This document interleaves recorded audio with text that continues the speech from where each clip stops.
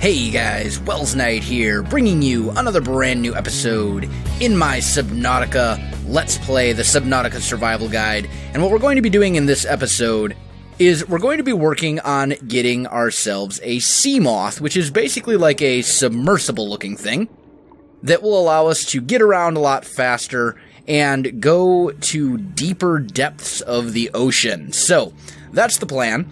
Now, there's a few things that you will need in order to get yourself a Seamoth. The first thing that you will need is a Seamoth Fragment, which you can find just kind of lying around the ocean. It looks kind of like a little safe or a box. We might stumble across one. I do actually already have one, though. We found it last episode. So, we'll take that. Where's my sub? Here we go. Now, the Seamoth Fragment gets used for a variety of different things. Let's go ahead and get some of these acid mushrooms, because we'll need some of those as well. The Seamoth Fragment, the first thing that you'll have to do is you have to put it in this fragment analyzer, and then you will be able to make a Seamoth blueprint. Now, I don't actually see the Seamoth blueprint around here.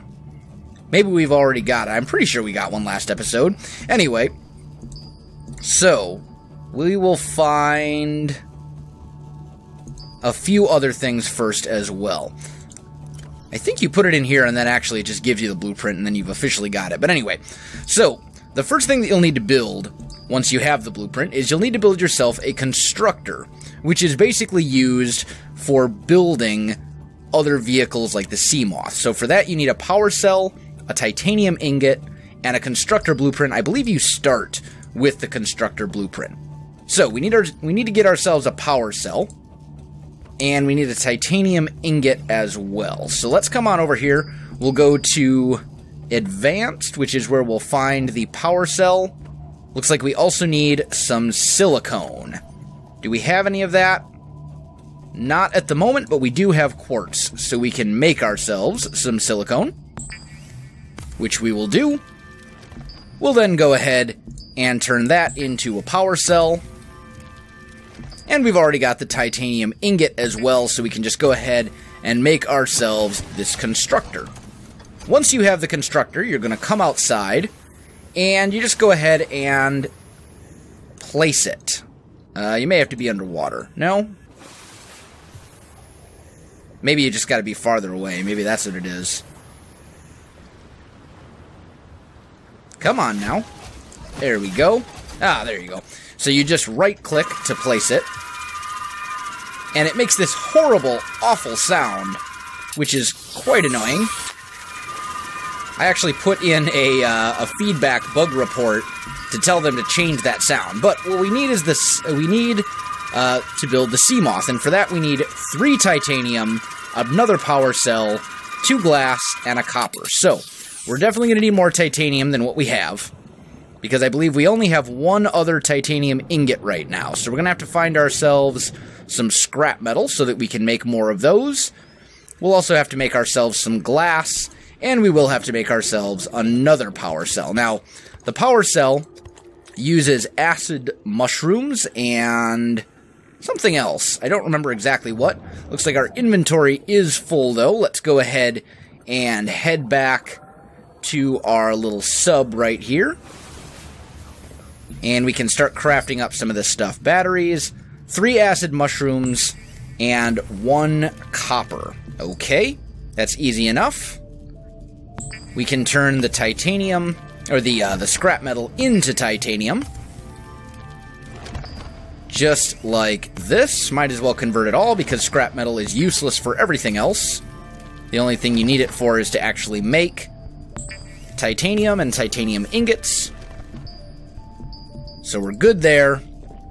We've got ourselves 1 battery, but we will need another. So let's go ahead and make another one of those. There we go.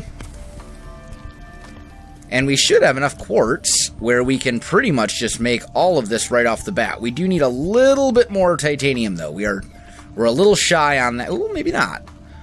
Let's see. 1, 2, 3, 4, 5, 6, 7, 8. Oh, we have just enough. There we go. So, let's make ourselves another titanium ingot. Let's make ourselves some silicone, which we will then use to make ourselves a power cell. And then we just need 2 glass. And I think we then have everything we need to make the Seamoth. And I think we will have just enough quartz. We'll also need that 1 copper. Oh, and I should probably grab those 2 titanium ingots out of there, since, you know, those are kind of a requirement. Alright, so glass. Oh, I need a little bit more quartz. I've only got 2 quartz right now. I only have 1 quartz right now, so I actually need 2 more before I can get the last piece, so let's go find some. We'll kind of explore over this way, just kind of keep an eye out for quartz. There's some right there. So we'll get 1 of those, and 1 of those, and that should be enough. Oh, there's also a little bit more scrap metal over here. We might as well grab that while we're out and about. You never know when you're going to need more titanium. In fact, I know that we're going to need a lot more titanium as this series progresses, because the larger subs, like the Cyclops, I believe is the big, huge one, those all require, obviously, quite a lot of scrap metal. So, we're going to need that. Might as well grab as much resources as we can while we're kind of on our way back to our sub over there. But I think we've pretty much picked this immediate area clean of most of the valuable resources anyway. Here's our sub. And let's go on in. And then we'll go ahead and make another glass.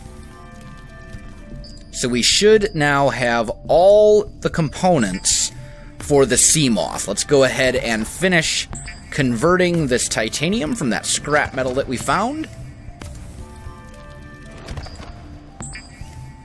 So we can turn it into titanium ingots just for easy storage. There we go. And we can put a lot of this stuff away. Glass, we need copper. Okay, this is all good. We can probably shelve that and that. And that should be everything we need. Let's just double check. A power cell, 3 titanium ingots, 2 glass, and a copper. Alright. So, gotta find our constructor, which is, of course, right over here. Easily found by its extremely annoying noise that it makes. And, oh, I need 3 titanium. I thought I had... Oh, really? Oh, I thought it was 3 titanium ingots. Apparently it's only 3 actual titanium. That was my bad, guys. Sorry about that. I'm an idiot. That's okay. Well, that makes it a little easier. We'll grab our 3 titanium, and we'll put our 3 titanium ingots back over there. And let's give this another try. There we go. So now, we can build ourselves a Seamoth. We're going to get away from the annoying sound. And you see it'll construct it right up here.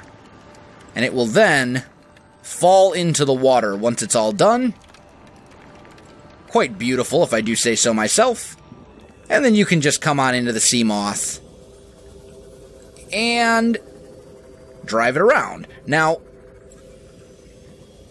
the Seamoth uses the mouse controls, but it's not quite as agile, shall we say, as a normal sub, or as going outside of your submarine, which is totally to be expected. I mean, you can't really expect a submersible to turn on a dime like being your normal self. But you will see that it has energy and health. Health depletes if you run it into things like that. You can see it drop down to 94. Energy just depletes the longer you use it. So we're going to exit the Seamoth for now, because we don't need it, at least not right this very moment. Once the energy is depleted, I believe you can replace the power cell in it to get its energy back. But don't quote me on that, because I'm not 100% sure. If you guys know, definitely put that in the comments and let me know. Now, our food is pretty low, and our hydration's pretty low as well. So let's go ahead and eat just a little bit of food here. There we go. And what I want to show you guys, the last thing that I want to show you guys in this episode, is I want to see if I can find a fragment of something so that you guys can see what a Seamoth Fragment would look like if I had not already found one. We'll see if we can find a fragment of pretty much any kind. It doesn't necessarily have to be a Seamoth Fragment, because all the various fragments look the same. Here we go. It looks just like this. In fact, this is a Seamoth Fragment, and this is another Seamoth Fragment. So we've got ourselves two of those now. And what we would do is we would take them back to our sub, after we ensure that we don't drown anyway. There we go. We would take those back to our submarine, or our life pod. I suppose I should say life pod. You can find them all around the ocean floor. As you can see, we've already found 3 Seamoth Fragments. I don't know if there's any purpose in recovering more than one once you already have the blueprint. But you just take them back here, and you throw them in this fragment analyzer right here. Just like that. And those will then be analyzed over time. Since the Seamoth has already been discovered and blueprinted, it's not actually doing anything right now, but that's how it would work if we had not already found the Seamoth blueprint last episode. So, there you have it, guys. That is how you obtain the Seamoth in the current version of Subnautica, and I think that is where we are going to go ahead and end this episode for today. So, guys, if you enjoyed this video, don't forget to like, subscribe, and leave me a comment. I really do appreciate it, and it really helps out my channel. You can also find me on Facebook, Twitter, and Twitch. There are links in the video description below, so check that out as well. Otherwise, guys, thanks for watching, and I'll definitely see you next time. Alright, you're gonna be my meat shield, to be honest, because I have one and a half hearts. I got him. He's dead. Actually, my armor absorbed all of that. Oh, skeleton's coming that way. Let's go this way.